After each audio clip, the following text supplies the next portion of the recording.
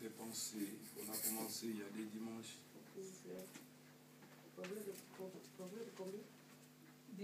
Proverbe chapitre 10, verset 6. Et nous allons lire Ephésiens chapitre 1, verset 3. Papa Fort va nous lire tous ces deux versets.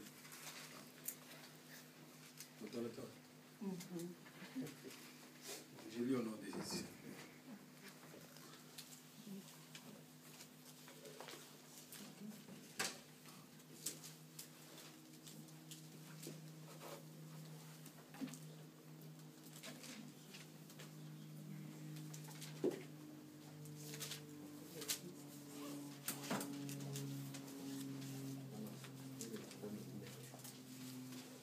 J'ai dit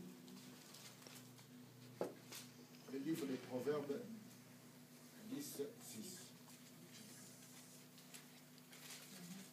Il y a des bénédictions sur la tête du juste, mais la violence couvre la bouche des méchants. Ephésiens 1, verset 3.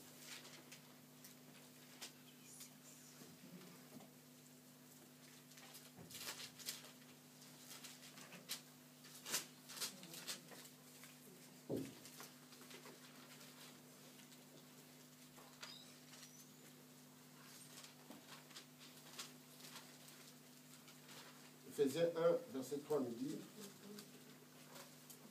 Béni soit le Dieu et Père de notre Seigneur Jésus-Christ, qui nous a bénis de toute bénédiction spirituelle dans les lieux célestes en Christ. Amen. Parole du Seigneur. Amen. Hein? Amen. Bien, nous allons prier encore. Père tendre, Dieu Tout-Puissant, merci pour cette opportunité. Merci pour cette grâce.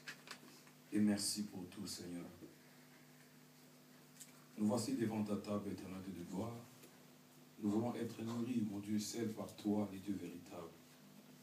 Oui, je comprends et j'ai compris bien, mon Dieu, que Moïse ne pouvait, mon Dieu, être allaité, mon Dieu, par personne, si ce n'est, mon Dieu, sa mère seule, mon Dieu. C'est le toi, mon Dieu, que nous voulons encore, mon Dieu, recevoir de la nourriture, mon Dieu, mon roi, qui donne la vie, la force, les réconforts, mon Dieu, les succès, l'élévation. C'est là, toi, Père très saint, mon Dieu, au travers de ton esprit. Alimente nos âmes, Père très saint. Nourris nos vies, Père de gloire, par cette parole, mon Dieu. Seigneur, j'ai réduit en silence, mon Dieu, toute puissance qui n'est pas de toi. Je coupe toute communication, mon Dieu, qui n'est pas de toi, Seigneur, Seigneur. Et je les déclare nuls et sans effet dans les noms puissants de Jésus-Christ, Seigneur. Oh Dieu de toutes tes prophéties, Seigneur, parle-nous, mon Dieu. Parle-nous en scellé, Père très saint, pour la gloire de ton nom. J'ai ainsi prié. Amen. Amen. Amen. Hein? Amen. Amen. Amen. Bien, nous sommes toujours dans la même pensée qu'on a pu commencer il y a des semaines. Nous sommes en train de parler comment activer ta bénédiction. C'est ça ce que nous sommes en train de parler ensemble avec les hommes de Dieu, les enfants de Dieu, les fils de Dieu, les filles de Dieu. On est en train de développer et finir aujourd'hui comment activer ta bénédiction. On a tant parlé des choses qu'on pouvait parler par la grâce de Dieu.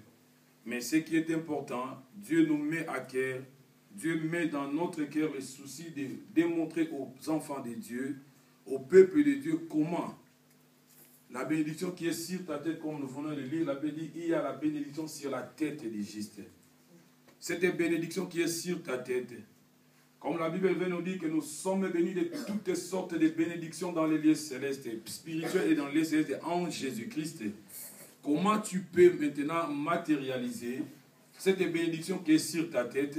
Comment tu peux matérialiser, rendre palpable la bénédiction que Dieu a mise sur toi? Donc c'est ça notre souci, notre pensée principale, de démontrer au peuple de Dieu, aux enfants de Dieu, comment nous pouvons bien activer notre bénédiction. C'est très important pour le peuple de Dieu. Je crois qu'on a touché des choses qu'on pouvait parler.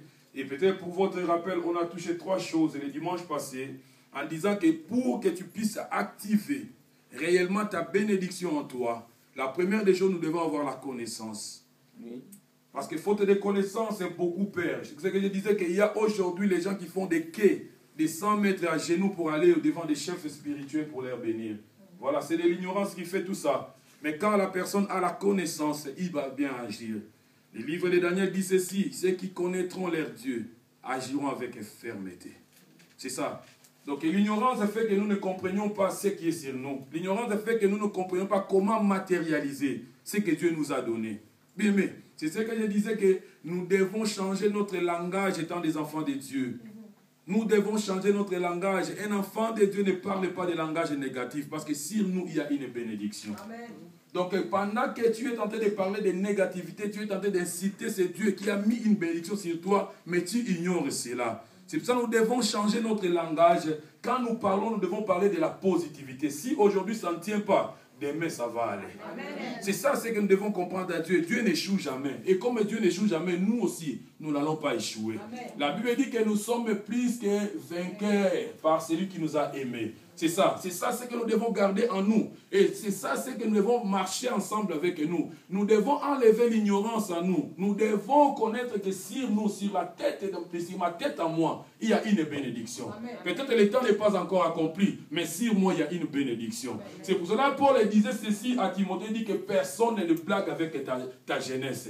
Parce que les autres pouvaient dire que peut-être comme tu es encore jeune, tu n'es pas encore droit aux bénédictions. Mais personne ne blague avec cela. Sur ma tête à moi, malgré mon âge. Sur ma tête à moi, malgré, je ne sais pas, mon teint, je ne sais pas. Sur ma tête à moi, je ne sais pas, malgré peut-être ce que je suis. Mais sur ma tête à moi, il y a une bénédiction.